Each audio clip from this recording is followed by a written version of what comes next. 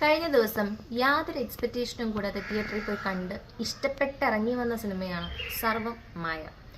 അഖിൽ സത്യൻ രചനയും സംവിധാനവും നിർവഹിച്ച് രാജീവ് മേനോനും അജയ് കുമാറും പ്രൊഡ്യൂസ് ചെയ്തിട്ടുള്ള മൂവിയാണത്. നിവിൻ പോളി, ജനാർദ്ദനൻ, അജു വർഗീസ്, റിയ ഷിബു തുടങ്ങിയ ഒരു കാസ്റ്റ് തന്നെയാണ് ഈ മൂവിയിലുള്ളത്. സിനിമയെക്കുറിച്ച് എൻ്റെ പേഴ്സണൽ ഒപ്പീനിയൻ ആണ് ഞാൻ പറയുന്നത്. എനിക്ക് ഒരുപാട് ഇഷ്ടപ്പെട്ടു. ഒരുപാട് ഡ്രമാറ്റിക് ആയിട്ടുള്ള മൂവിയൊന്നുമല്ല.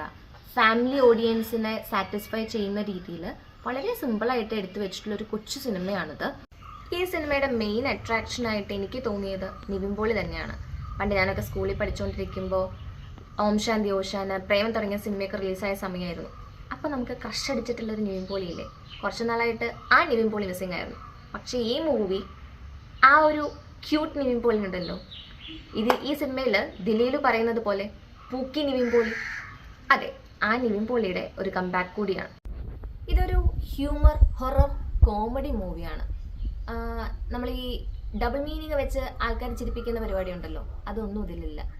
വളരെ നോർമൽ രീതിയിൽ കുഞ്ഞു കുഞ്ഞു തമാശകൾ പറഞ്ഞ് നൈസായിട്ട് നമ്മൾ ചിരിപ്പിച്ചുകൊണ്ട് പോകുന്ന സിനിമയാണ്.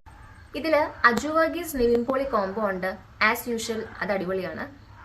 ജെൻസി വൈബിന്റെ പ്യുവർ എക്സിക്യൂഷൻ ആയിട്ടുള്ള റിയ ഷിബു ആണ് ഈ മൂവിയിലെ മറ്റൊരു ഹൈലൈറ്റ്. സിനിമ ഓവറോൾ ഒരു സിമ്പിൾ, ബ്യൂട്ടിഫുൾ, ക്യൂട്ട് മൂവിയാണ്.